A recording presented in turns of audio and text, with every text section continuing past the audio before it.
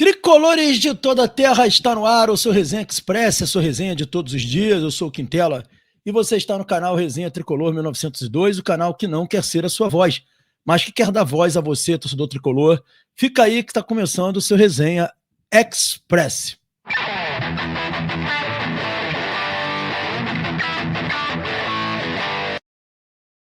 É isso aí, galera. Resenha Express chegando e a gente traz aqui para vocês as principais notícias do Fluminense do dia de hoje. E pedindo para vocês não se esquecerem de se inscrever no canal, ativar o sininho das notificações, deixar o like, dá essa moral pra gente, ó. Se inscreve aí, deixa o like, é muito importante para esse conteúdo crescer. Quero fazer outro pedido chato também, mas importante, que vocês deixem o hype nesse vídeo. O hype faz esse vídeo ser distribuído para mais pessoas. Aguarda essa ajuda aí da galera, dá essa moral pra gente, tá bom, galera? Vamos lá, vamos falar de Fluminense. A gente tem algumas notícias legais para trazer sobre o Fluminense hoje, umas não tão legais assim. E a gente vai começar trazendo uma curiosidade para vocês aqui sobre Fred Guedes, isso mesmo. O nosso ídolo Frederico Chaves Guedes, né? Ele foi anunciado como técnico do Sub-18 do Fortaleza. Tá aí, ó.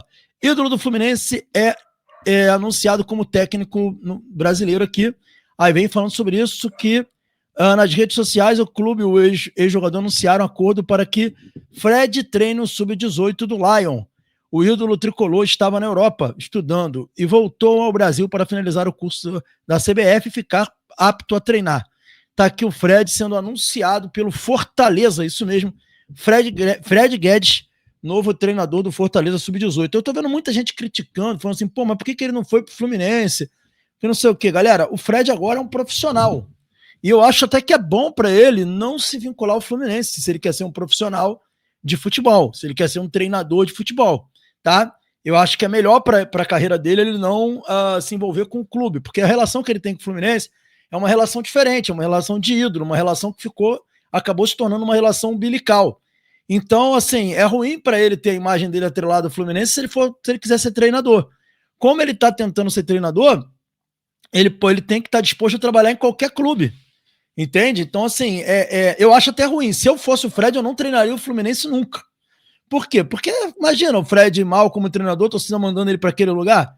Cara, o Zico falou sobre isso também, que ele não treinaria o Flamengo por causa disso, né? Porque ele seria uma tristeza para ele ouvir a torcida do Flamengo xingando no Maracanã. Então, é basicamente isso. O Júnior, por exemplo, quando foi técnico do Flamengo, ele chegou a ser xingado, atacado pela torcida. Então, eu acho que o Fred tá indo no caminho certo, é isso mesmo. Se ele quer ser treinador, ele tem esse objetivo, esse sonho.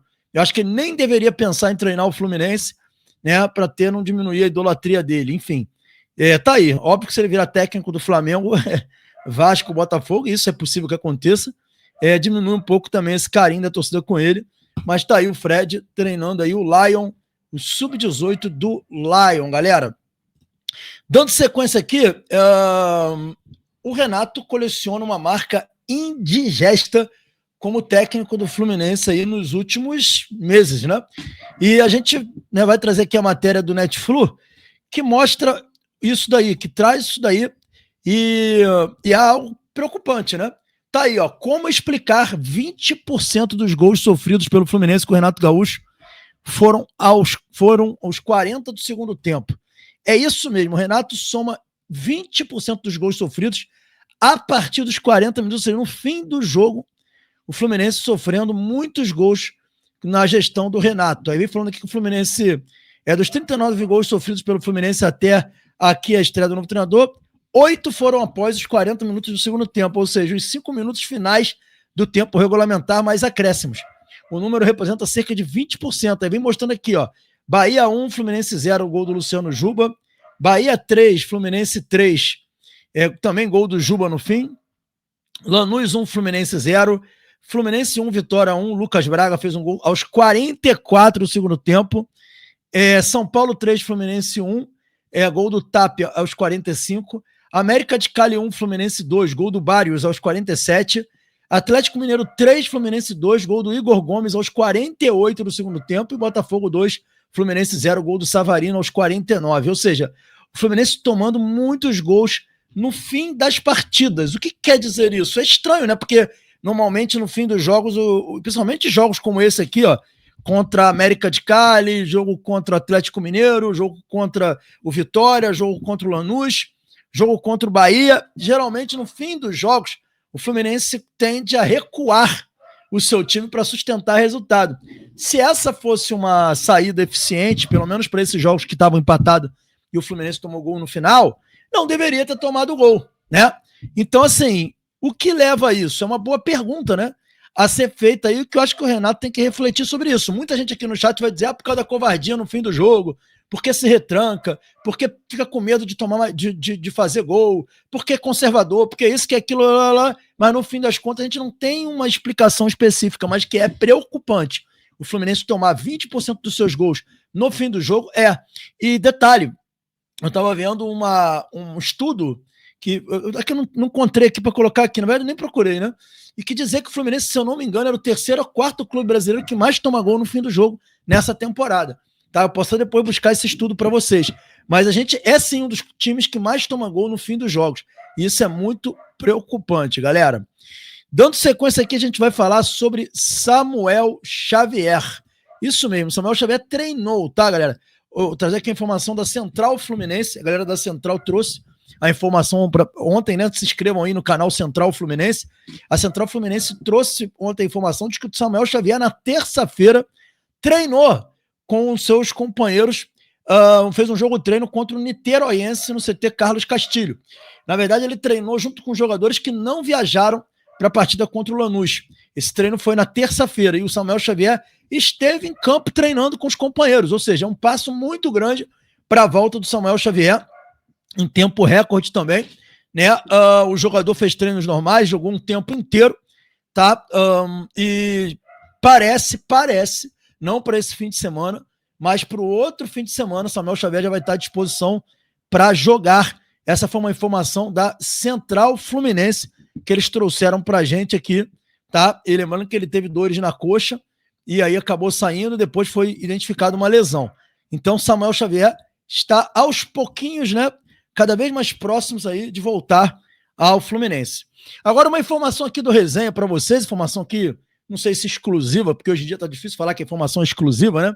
Mas a informação é que o Guga está negociando com o Fluminense uma renovação. Essa informação já tinha sido dada anteriormente, mas a informação que eu tive é que, na verdade, o Fluminense procurou o jogador para a renovação. O Guga já contava com uma possibilidade de ficar livre no fim do ano e procurar outro clube. Era a vontade do jogador a procura por outro clube, né?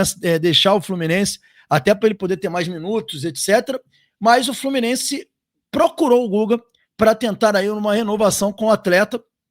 E eu só não tenho informação, porque falaram, tá muito encaminhado. Eu não tive essa confirmação de que estava muito encaminhado. A informação que eu tive é que o Fluminense procurou o Guga. Agora, se está muito encaminhado, se não está muito encaminhado, essa informação eu não tenho para dar a vocês. Eu sei que o Fluminense fez uma proposta de renovação com o atleta, aguarda aí a resposta do jogador, tá? E a tendência, pelo que essa fonte me passou, é que avance essa negociação, embora o jogador não estivesse muito na expectativa assim, de tentar uma renovação. Na cabeça do Guga, ele estava pensando mesmo em sair, né, e procurar novos ares para ele, tá? Mas a informação que eu tive é que o Guga, ele não quer, não queria, né? Não aceitou as propostas anteriores. Ele não havia aceitado as propostas anteriores, que ele considerou propostas que não eram tão legais assim para ele, e ele considerou também o fato dele ter aí a possibilidade de repente, para outro clube, jogar mais, ter mais tempo, essas coisas que vocês sabem que o atleta precisa, né? O atleta, ele tem isso, essa coisa de querer jogar mais tempo, de querer ter mais oportunidade, e no Fluminense, realmente, com o Samuel Xavier, ele sempre foi uma sombra do Samuel Xavier, então, vamos ver o que acontece. Eu acho péssima essa tentativa de renovação.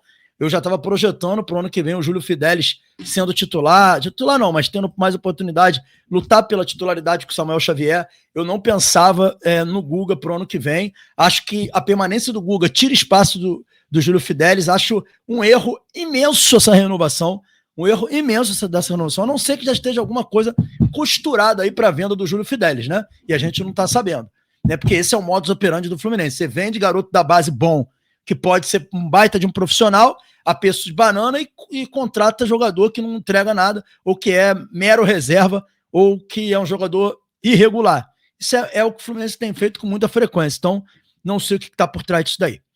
Galera, por último aqui uma matéria interessante para vocês poderem entender o quanto essa SAF do Fluminense que está sendo proposta, ela é uma SAF muito questionável, tá?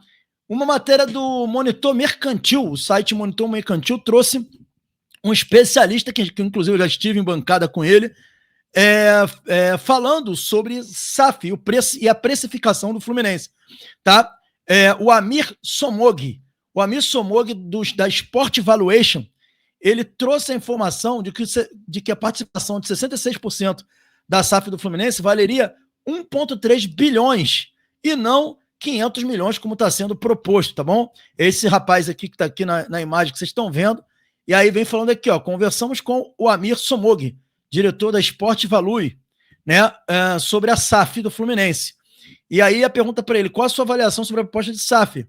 Aí ele foi falando aqui e disse o seguinte, eu destaco aqui a parte que ele diz o seguinte, ó, o que me incomoda na SAF do Fluminense é que seu orçamento não deveria fazer parte desse pacote. Como o clube fechou 2024 com uma receita de 684 milhões e tem uma perspectiva de manter esse patamar para 2025, ele pode investir nos próximos anos um valor maior que 6 bilhões que estão sendo prometidos, está dizendo aqui esse especialista.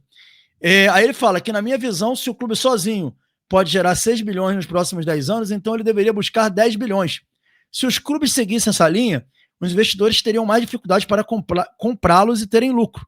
Diga-se de passagem, é por isso que ninguém compra o Atlético Paranaense, pois como o clube está avaliado lá em cima, ele não vai ser vendido a preço de banana. Tá falando ele aqui sobre isso também. Aí tem uma outra parte que ele fala com uma participação de 66% em uma SAF do Fluminense vale 500 milhões. Isso aqui é contestável. Por quê? Porque não está sendo colocada aqui a dívida junto, tá? Não está sendo colocado, não é 500 milhões, é 500 milhões mais a dívida que eles estão fazendo o orçamento. Então tem um erro aqui na matéria. Mas vamos lá, que seria no caso, juntando a dívida mais os 500 milhões, seria 1,2 bi. E aí ele diz o seguinte, não vale. Pelas nossas contas, se o Fluminense vale 2,2 bilhões, 66% do clube valeria 1,3 bilhão. Detalhe, a nossa avaliação conta uma limitação de metodologia referente ao imobilizado do clube, que normalmente não estão subavaliados nos seus balanços. Por exemplo, como o Atlético Paranaense é novo, ele está melhor registrado no seu balanço. Mas como o estádio do Laranjeiras é antigo, ele está subavaliado, portanto, não está dentro do valuation do clube.